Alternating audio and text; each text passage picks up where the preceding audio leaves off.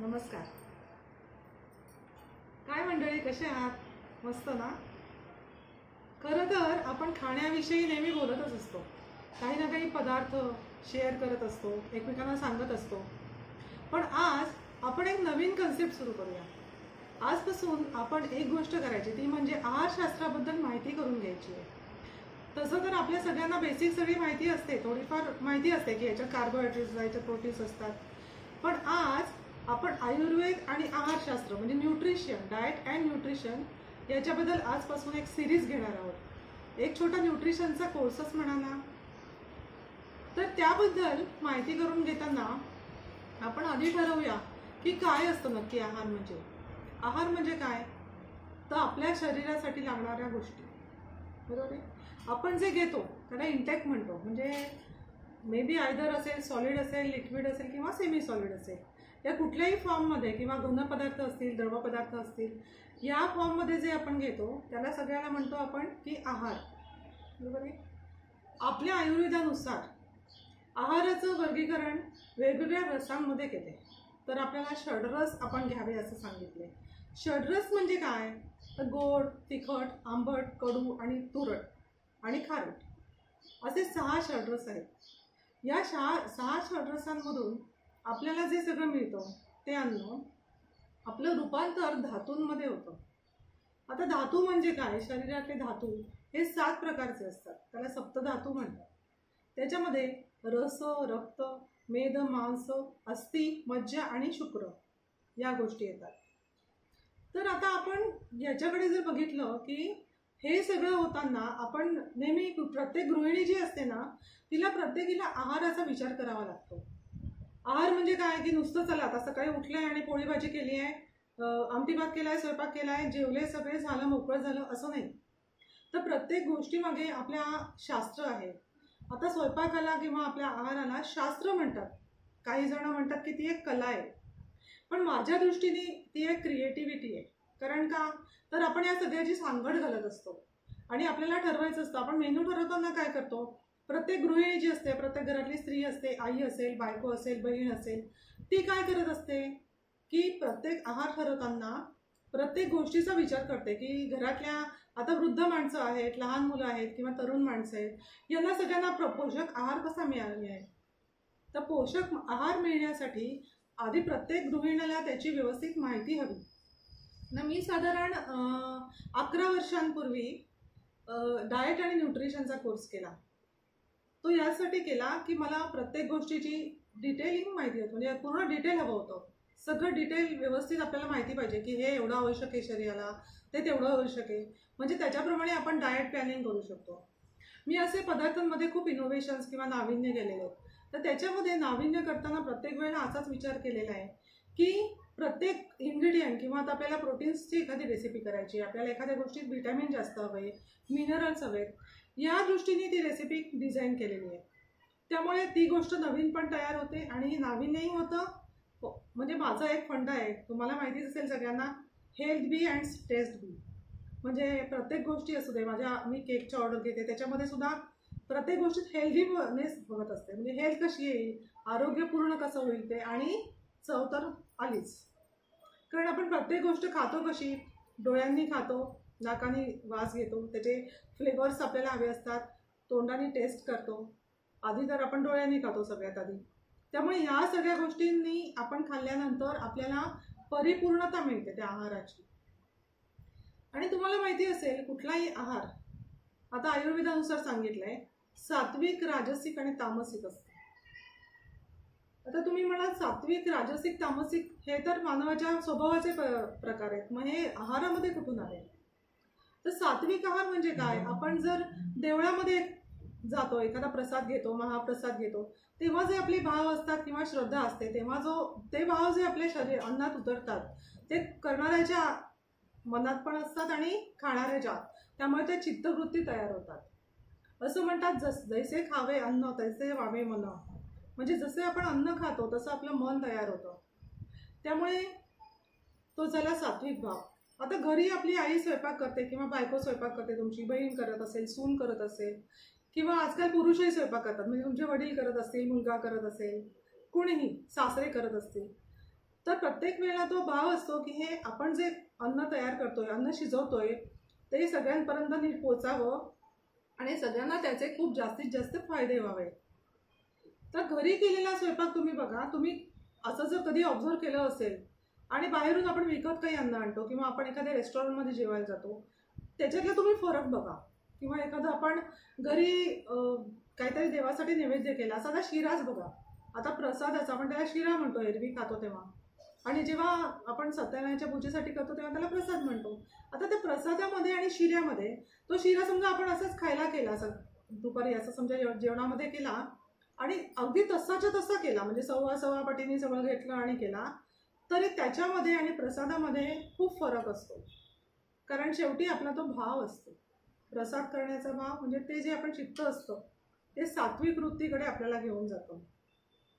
याच्याबद्दल एक गोष्ट आहे, ती म्हणजे एक साधू होते, साधू महाराज, आणि ते पूर्वीच्या काळी काही असे ट्रॅव्हलिंग नव्हतं, आपल्याला बस किंवा असं काही अवेलेबल नव्हतं, ट्रेन्स किंवा प्लेन वगैरे, तर चालतच जायला लागायचं. तर ते चालत चालत जात असताना एकदा मध्येच पाऊस आला, म्हणून ते मध्ये एका चोराच्या घरी आश्रयाला गेले. त्यांना माहिती नव्हतं हा चोर आहे, मोठा चोर होता तो, भरपूर चोऱ्या माऱ्या करून लोकांचं लुबाडलेलं असायचं. तर ते त्याला विनंती करून म्हणाले की मी आजच्या रात्री इथे राहू शकतो का, कारण खूप पाऊस येतोय, अंधार आहे, मला वाट पुढे जायला नाही आहे. तो म्हणाला ठीक आहे. त्याने त्याला ओसरीमध्ये जागा दिली, त्याच्या बाहेर आपण जे आता गेस्ट रूम वगैरे म्हणतो तशा दृष्टीने ती जागा दिली.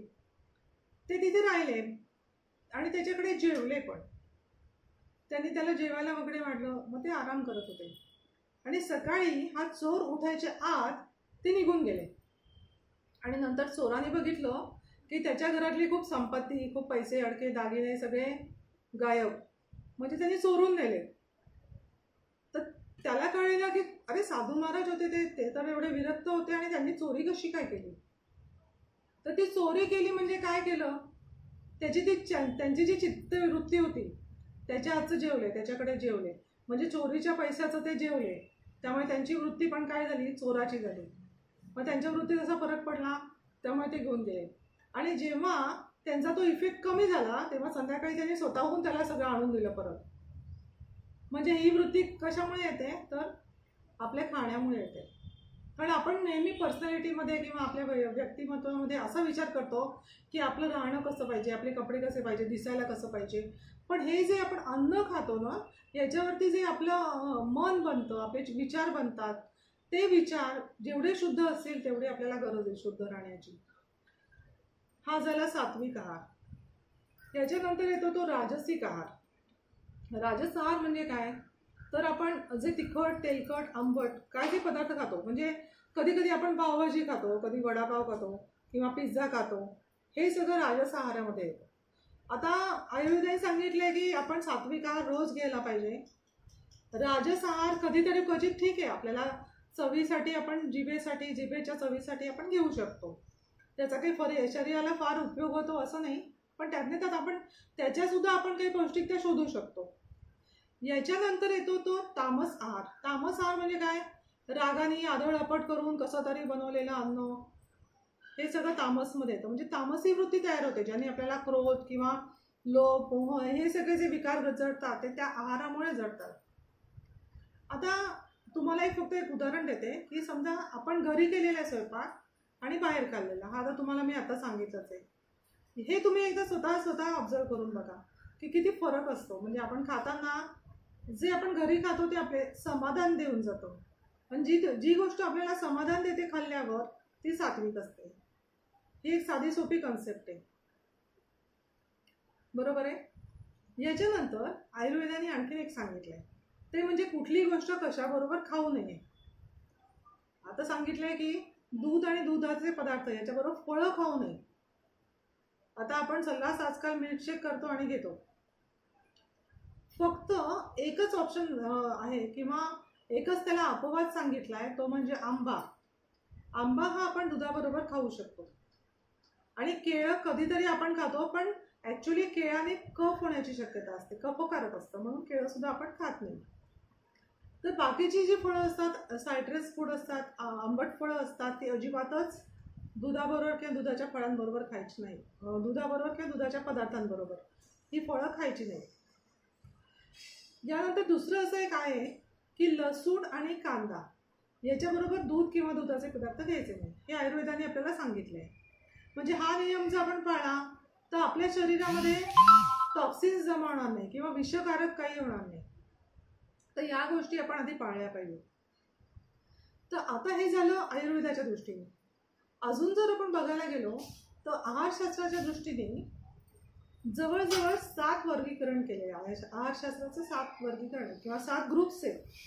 जे आपण पदार्थ घेतो ते 7 ग्रुप्समध्ये डिवाइड केलेले आहेत. तर पहिला ग्रुप कुठला आहे? आता पहिले जे 3 ग्रुप्स तीन जे आहेत त्याला आपण मॅक्रो न्यूट्रिएंट्स म्हणतो, MACRO. म्हणजे काय? तर ते जास्ती प्रमाणात आपल्याला घ्यायचे असतात. त्याच्यामध्ये काय येतं तर कर्बोदकं येतात, कार्बोहायड्रेट्स, प्रोटीन्स येतात, प्रथिनं, आणि फॅट्स येतात म्हणजे स्निग्ध पदार्थ. तर हे मॅक्रो झाले. आणि 2 जे आहेत ते मायक्रो आहेत म्हणजे MICRO, म्हणजे जे थोड्या प्रमाणात आपल्याला घ्यायचे असतात पण शरीराला खूप उपयोगी असतात. तर ते कुठले कुठले आहेत? तर ते आहेत विटॅमिन्स आणि मिनरल्स, म्हणजे जीवनसत्व आली आणि मिनरल्स आली, म्हणजे खनिज पदार्थ आले. तर हे सगळे जे आहेत ते मायक्रो आहेत. आणि ह्याच्यानंतर आणखीन एक आहे ते म्हणजे 6वं म्हणजे फायबर किंवा चोथायुक्त पदार्थ. आता फायबर म्हणजे असं काही वेगळं अन्न नसतं जे आपण खातो. आता सालासकट आपण डाळी खाल्ल्या, समजा सालाची मूग डाळ खाल्ली किंवा कडधान्य खाल्ली किंवा आता गहू न चाळता, गव्हाचं पीठ चाळून न घेता त्याचा जो तोथा असतो त्याच्याबरोबर खाल्ला किंवा फळं खाल्ली, सॅलेड खाल्लं किंवा म्हणजे टॉमॅटो, काकडी वगैरे साल न काढता खाल्लं, तर हे सगळे जे चोथा आपल्या शरीरात जातो किंवा पालेभाज्या, तर हे सगळं फायबरमध्ये येतं म्हणजे चोथायुक्त. हे शरीरात स्वच्छतेसाठी खूप आपल्याला आवश्यक असतं. आणि 7वा म्हणजे आपण त्याला म्हणतो last but not the list म्हणजे पाणी. आपल्या शरीरामध्ये तुम्हाला माहिती असेल की 70% पाणी असतं. आता हे पाणी जे आहे ते आपल्या शरीरात 70% का असतं? कारण आपल्याला मी आता जे सांगितलं धातू तयार होतात, त्याच्यामध्ये रक्त तयार होतं आणि रक्त आपलं प्रवाही असतं. म्हणजे ते प्रवाही राहण्यासाठी किंवा आपलं शरीरातून स्वच्छ राहण्यासाठी इकडून तिकडे रक्त पोचण्यासाठी हे आपल्याला पाण्याची खूप गरज असते. म्हणजे काही काही माणसं बघा 2-2, 3-3 दिवस काहीही न खाता फक्त पाण्यावर राहतात. कारण का? तर पाणी हे आपल्याला जीवन असतं म्हटलेलं आहे. त्यामुळे आपल्याला पाणी आवश्यक आहे. त्यामुळे आपल्या शरीरात एकूण काय आहे आता सांगितल्याप्रमाणे की आधी तर आपल्याला शरीराला ऊर्जा देण्यासाठी काहीतरी हवं. दुसरं म्हणजे काय आहे तर आपल्या शरीराची वाढ करणं, वेअर अँड टिअर म्हणतो ना आपण ऑफ द बॉडी. म्हणजे काय की आपल्या पेशी भरून काढणं, पेशींची झीज भरून काढणं किंवा आपली वाढ होणं, हे एक त्याचं महत्त्वाचं कार्य आहे. आणि तिसरं म्हणजे आपल्या शरीराचं संरक्षण करणं. तर ह्या सगळ्या गोष्टी ज्या आहेत ना या सगळ्या आपल्या अन्नामधनं मिळतात.